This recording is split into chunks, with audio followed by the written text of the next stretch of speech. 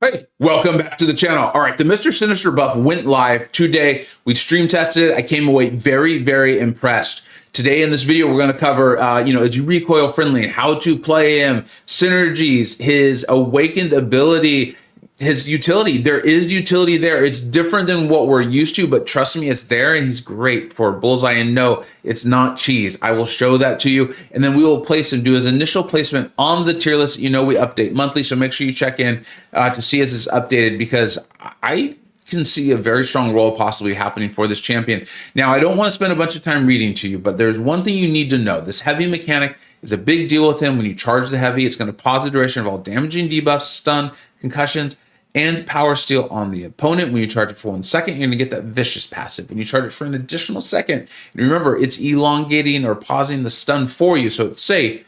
It's going to trigger Mr. Sinister's genetic manipulation, which is going to put some bleeds on himself. The rest of the kit we'll go ahead and talk about as we are fighting, but you needed to know that for this first matchup here. For all of these fights, this is going to be a rank 5 SIG 200, essentially ascended, because I have a 20% boost on him. So that's what this would look like. We're going to start off CCP server against this 214 Winter Soldier. The one little trick I want to show you here, and I learned this from MSD, Metasonic dude, who was on stream kind of talking it through with me today, is you're going to see me actually get in like 2 heavies for 1 stun. Watch this, right? So we've got our genetic manipulation going. We're getting all those bleeds on us. So we're going to throw our SB1 to transfer it over to Winter Soldier, and we've got the 10 degens on him. Now watch, we're going to do the heavy again because the stun was still up and we had enough time to kind of cover ourselves. We were okay. There's talk that might be changed. If it's not, go ahead, use it to your advantage. Look, this was 214 health. Watch how quickly we got this done. But here's the interesting thing. He feels like he's ramping. Not only is he going to ramp in quests, and we'll talk about that as we go over the signature ability, but he kind of ramps over the fight, because watch these other fights here. I think you're going to be pretty surprised. So that was about 28 seconds. Not bad. Now we're going to go in against this essentially 700,000 health. I was going to say square foot. That makes no sense. 700,000 health Winter Soldier, and this is why I'm saying he is so incredibly recoil friendly, because he's taking no damage from the bleed. He has 100% resistance, so an enhanced bleed would cause damage, and then his health regeneration cannot be reduced, so poison is not doing what it normally does. Additionally, as soon as you throw that first SP1, it's a damaging debuff that you're transferring over to the opponent into a degen, which very few champions in this game are immune to. I really like that's part of what makes Deathly Guillotine as good as she is, right? And you can see this is just this very simple playstyle. Remember how much health this Winter Soldier had, and watch how quickly he goes down. Mr. Sinister is incredibly recoil friendly. Look, we are just flat healing right now. We are healing for 156 a tick. We're taking some recoil damage from throwing the special one. But this is, what was that, 700,000 health. Look at this, and this is him by himself. This is him by himself. Now we'll talk about flow and all that when we go into the tier list, but for a fight like this, that is the fastest of the champions that I have tested. Now we're going to talk about some synergies. We're going to bring in a synergy team, and one of the things I really like is that his synergy partners are very powerful. We've talked about this with Kingpin. The concern for me slightly is that I don't know if Kingpin's coming anytime soon as a 7-star. APOC, I could see, but let's go ahead and enjoy these. You can see this one with Cable. You're going to randomly start with one of these things. 2 of them are really good. The passive power rate would be nice. The attack rating obviously would be the really great one. And then this passive armor rating, when we're attacking, like, that it is what it is. This one is huge. This is going to be a power lock. Whenever they throw a special, you're going to see that come into play. Really nice for the playstyle of Mr. Sinister. Here's just a nice crit damage rating. Of course, we're never going to complain about that. This is for APOC himself. And then this one's really nice. This is a 50% increase. Let me find it. Degeneration debuffs gain 50% potency. Watch how this plays out. We're going to keep recoil on. I wanted to show the synergies. This is that same 700,000 Winter Soldier. Let's tie this all together and really just have some eye-popping moments here, right? You can see we got the mutant and the science and the skill from the synergy there. And it looks like we even got a little bit of the cosmic. So we got a lot going on, because, oh, we had won a fight before. That's right. This was the second Winter Soldier. And you can see he is now ticking for 14,611, which is per second, 2 of those. And then you can now see we have this power lock on, which means we don't need to worry about special attacks. We can go in and get our parry if we had landed it.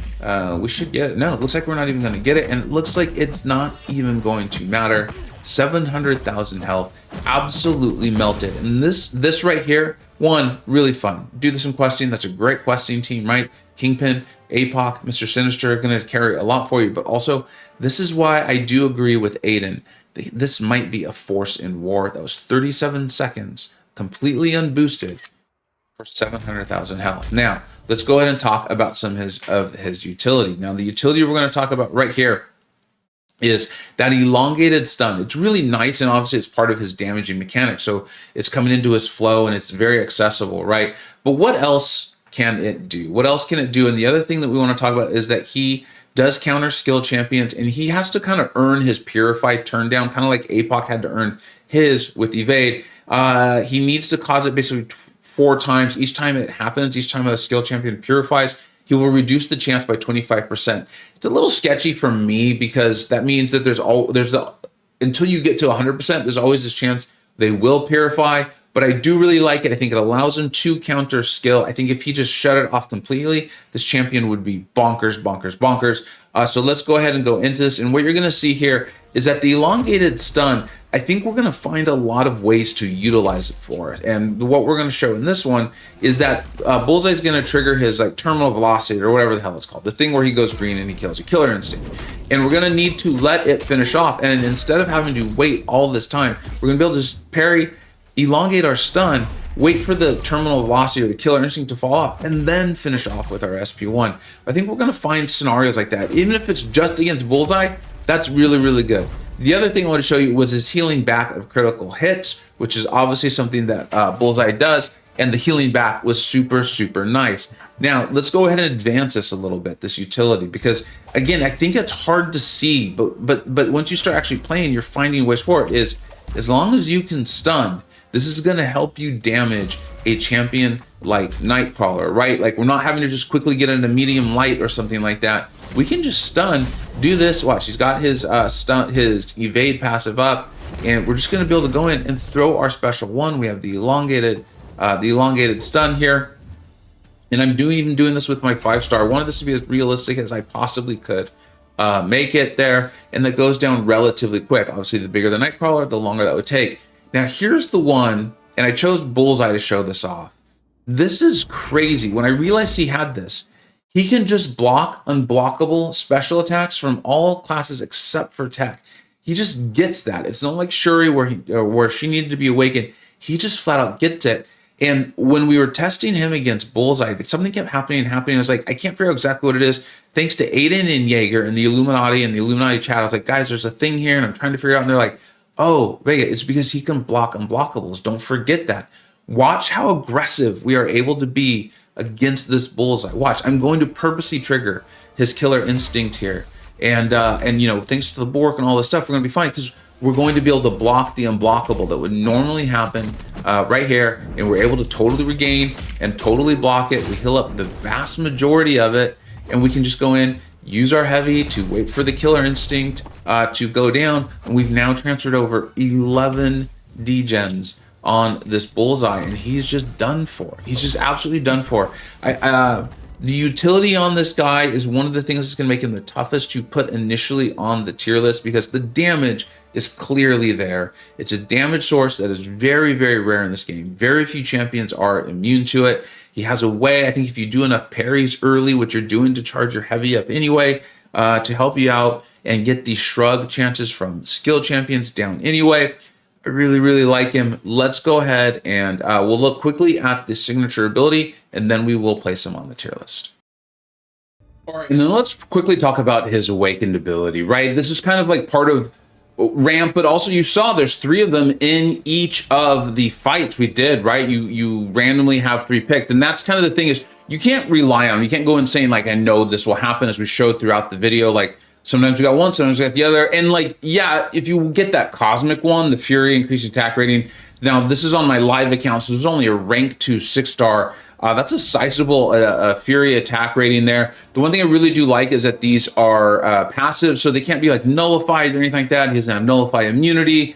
He's not a champion you're bringing in because you need buffs anyway. So I do really like that. I will say, I don't think you have to have him awaken to do the vast majority, like 99% of what we've seen. And then if you want to use him in war or in questing content, this is part of why he is going to rate out as high as he is.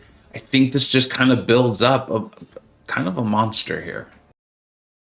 All right, here's his initial placement on the tier list. I feel really good about this, and as usual, we started him off a little conservatively, just a little peek behind the curtain. There are multiple categories of scoring, of rating for us as we go ahead and do this, and he could easily be put up 1 point in like 3 to 4 columns. If any of those were to happen, he would move directly into the top shelf right there with Storm. If multiple were to happen, he'd easily be into the top shelf. I could see that happening, but I want to see it before I tell you, right? Which is why you should always come back. We update this monthly. You can see this is going to be the 41st edition going on in May. And then, of course, we do the huge monthly updates every June and December. We do the top 15s in the classes and those sorts of things. His flow score is phenomenal. The one thing that I did find sometimes happening is I wanted to parry so I could really land my heavy and pause that debuff, right? And if the AI just wasn't feeling it, if they weren't playing into me or something like that, I could lose my debuffs or things like that. But again, that's just like a time mechanism. And I think that's going to be more something that people are focused on in Battlegrounds. But he had a 4 out of 5. I really wanted to give him a 5 out of 5 for flow. His utility is there. And I think that's something, as we talked about with the evade and the fights there, that we're going to either find uses for or we won't. I think in like 3 or 4 months, we'll know his utility score should go a little bit higher, because remember, he doesn't really counter evade. He doesn't really have resistances, but he does transfer over all of those debuffs. I had a fight with a Winter Soldier where he got an Incinerate on me and I just transferred it right back over. But I don't know if you're taking him for hazard shift lanes, because he's going to take damage from those too. So it's going to be interesting to see how that plays out.